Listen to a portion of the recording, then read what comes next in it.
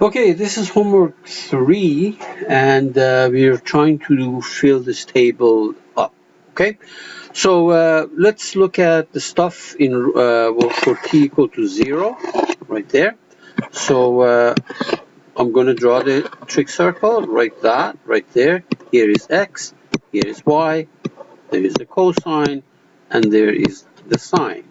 Okay, so when t is 0, tangent is sine over cosine, sine over cosine. Sine is 0, cosine is 1.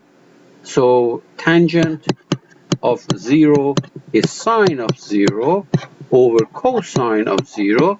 This is 0 over 1, and this is 0. So there we have 0. Secant of t, or secant of 0, is 1 over cosine of 0. Cosine of 0 is 1, so 1 over 1, and this is 1. So there is 1. Now cotangent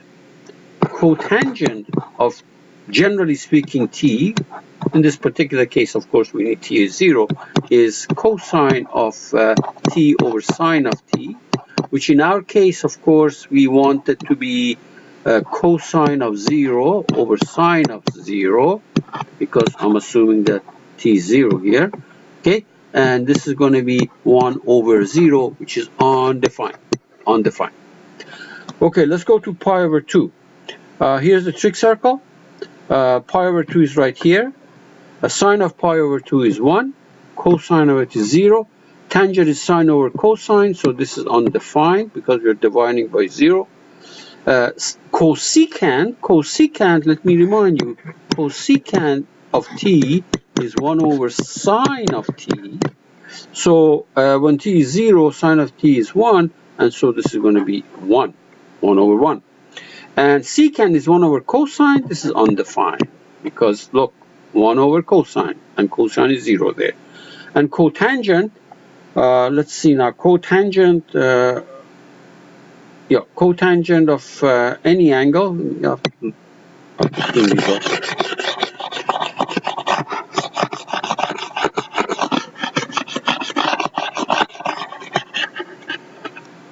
Okay. Would have been nice if I wrote all of these here. So let's write it down. Secant of any angle is 1 over cosine of the angle. Cosecant of any angle is 1 over sine of that angle. I shouldn't say angle because we have not talked about angles yet. We're talking about traveling a certain distance along a circle, okay? The reason that it doesn't bother me that much when I inadvertently refer to angle is that most of you had some kind of a trigonometry before, and you can see that, maybe I'm doing something with angle, and you're absolutely right, of course. So this is going to be sine of t over cosine of t, and cotangent of t. These are things that you have to memorize. There's no way around this. You have to memorize these. Okay. Well, when you use it a lot, of course, you memorize it. Okay. Now let's see now. Cotangent of pi over 2. That's what you want. Cotangent of pi over 2. Look at it here. Is going to be cosine of pi over 2, which is 0, over sine of pi over 2, which is 1. So this is going to be 0. Let's look at pi. The sine of pi. Pi is right here. This is where pi is. They're right there. The big circle here. Okay. Sine of it is 0. Cosine of it is minus 1. Of course, tangent is sine over cosine, so 0 over minus 1. Cosecant is 1 over sine, and this is 1 over 0, which is undefined. Okay? And secant is 1 over cosine, so 1 over minus 1 is minus 1. When you go to, I think this is 3 pi over 2. 3 pi over 2 is right here. This is 3 pi over 2. This is 3 pi over 2. Okay? So sine of 3 pi over 2 is minus 1. Cosine of it is 0. Tangent is sine over cosine. This is undefined because I'm dividing by 0 here by cosine. Cosecant is 1 over sine, so this is minus 1. Secant is 1 over cosine. I'm dividing by 0, so that's undefined. And cotangent is cosine over sine. Cosine is 0 over sine is minus 1, and that is 0. Okay? So we have done this. All right. So what do we got here? Let's worry about this one. It says that this is the terminal point. This is the terminal point for the value t. So what that means, if you look at this, it's in quadrant 1. Actually, I think, if I'm not mistaken, 29 and 32 were done. This was from homework 1, from homework 2. So I'm not going to repeat it. I'm sure this was from homework 2. Inadvertently, I put here. So let's go and worry about these guys. Okay, this problem. So let's see now. X is negative, y is positive. X is negative on this side, and y is positive, so you're somewhere in this quadrant. So this is x, this is y. Okay, so this is, coordinates of this is x minus 6 over 7. This is the x, and the y is root 3 over 7. Root 13 over 7. Root 13 over 7. So cosine of that t, this is my t, right? It takes me to that terminal point. Cosine of that term t is minus 6 over 7. Sine of that t is root 13 over 7. And of course, tangent of that t is sine of t over cosine of t. And if you divide these, you get negative root 13 over 6. The 7's cancel. Okay? Let's do this one. I think I have to erase these.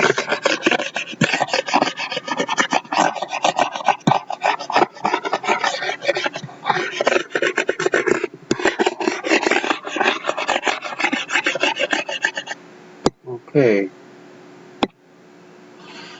Remember, these were done in homework 2. This we just finished, so we're concentrating on that. Where are we here? We are in the first quadrant. First quadrant, because the first component, x is positive, the y component is somewhere there. Okay? This is cosine, this is sine, or this is x, and this is y. Okay? Good. So cosine of the parameter t is 40 over 41.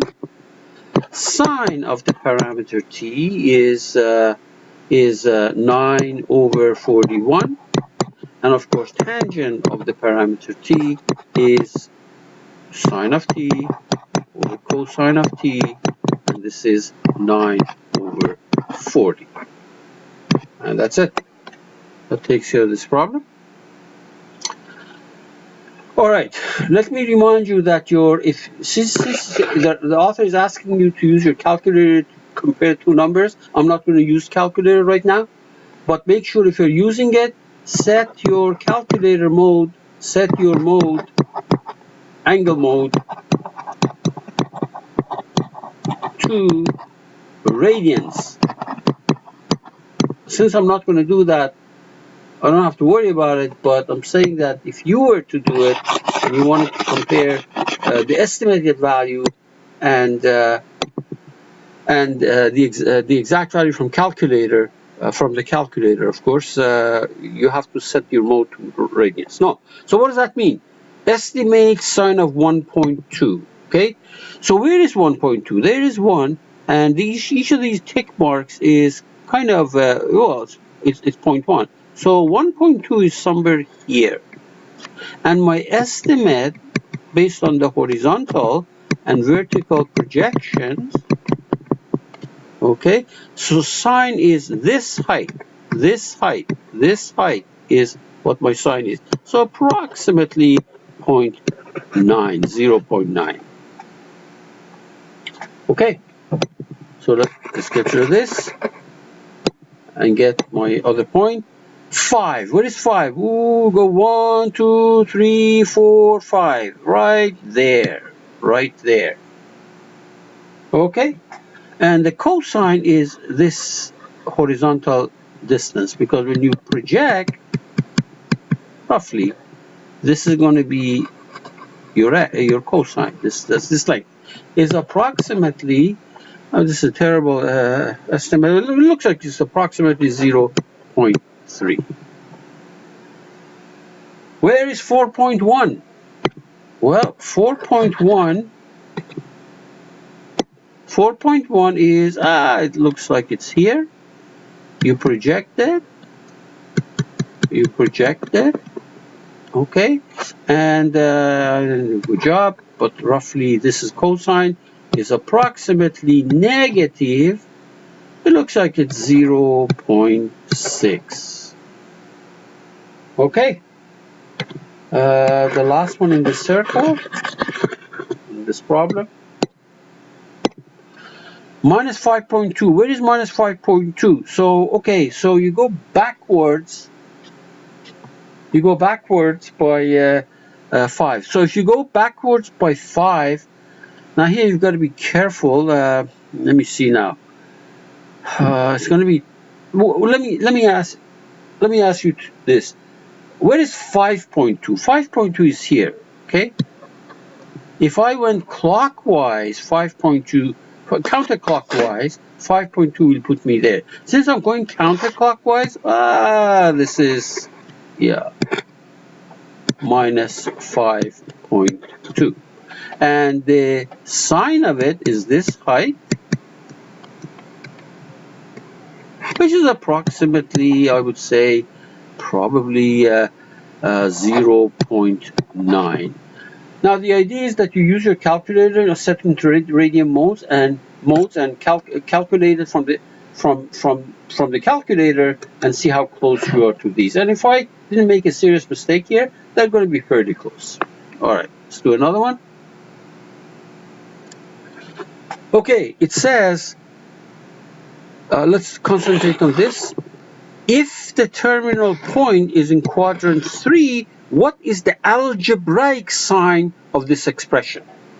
Okay, so let's see. First of all, I'm going to make my job easier. Tangent of t, sine of t, over cotangent of t. Look, it is easier for me to write everything in terms of sine and cosine and then come up with the answer. So this is sine of t over cosine of t, sine of t divided by cosine of t over sine of t. Let's do some algebra here, clean this up, and please go ahead and do this algebra yourself. These are simple algebraic steps which I'm not going to follow. So it's going to be sine of t cubed over cosine of t squared. Okay? Yep, sine of t cubed over cosine of t squared. Now, we are in quadrant 3. Where is quadrant 3? It's over here. Both sine and cosine are negative. So if these are both sine and cosine are negative, the denominator is positive because you're squaring a negative number. The denominator is negative because you're cubing a negative number. So the answer is minus. So the answer to that is minus or negative. The sign of that, sign is an algebraic sign, is negative. Okay, so let's do the next one. Erase these. Okay, so we're concentrating on this. Actually, you don't have to do much thinking, because cosine of t times secant is 1 over cosine of t. And this is 1, always 1. This is always 1, irrespective of where you are. This is always positive, because 1 is positive. Okay, so we have done that problem. Let's look at this one. From the information given, find the quadrant in which the terminal point is located. Okay, what do we know here? Let's see. Here's a trig circle. This is x, this is y. Remember, this is sine, and this is cosine. It says sine is positive and cosine is negative. Which quadrant is sine positive, cosine negative? It is in quadrant 2. You got it? So our parameter t, which leads to that terminal point, is in quadrant 2, because that's the only place where sine is positive and cosine is negative. So that answers 51. What is this? Okay, so another one. Concentrate on this. Okay. All right. Tangent is positive. Tangent positive means, well, first of all, remember, tangent, either you have memorized this thing or you look at the way I'm going to describe it. If the tangent is positive, either both of these are positive or both of them are negative. Because the only way a ratio is positive, if they're both positive, the top and the bottom, or they're both negative. So where is it that they're both positive? Well, it's in first quadrant. And where is it that they're both negative? It's in the third quadrant. So this first condition tells you you're either in 1 or in 3. Now, this one, on the other hand, says that the sign is negative. Well, if you're in quadrant 1, sign is not negative. But in quadrant 3, sign is negative. So here is your answer. So the answer to this 52 is quadrant 3. Yep.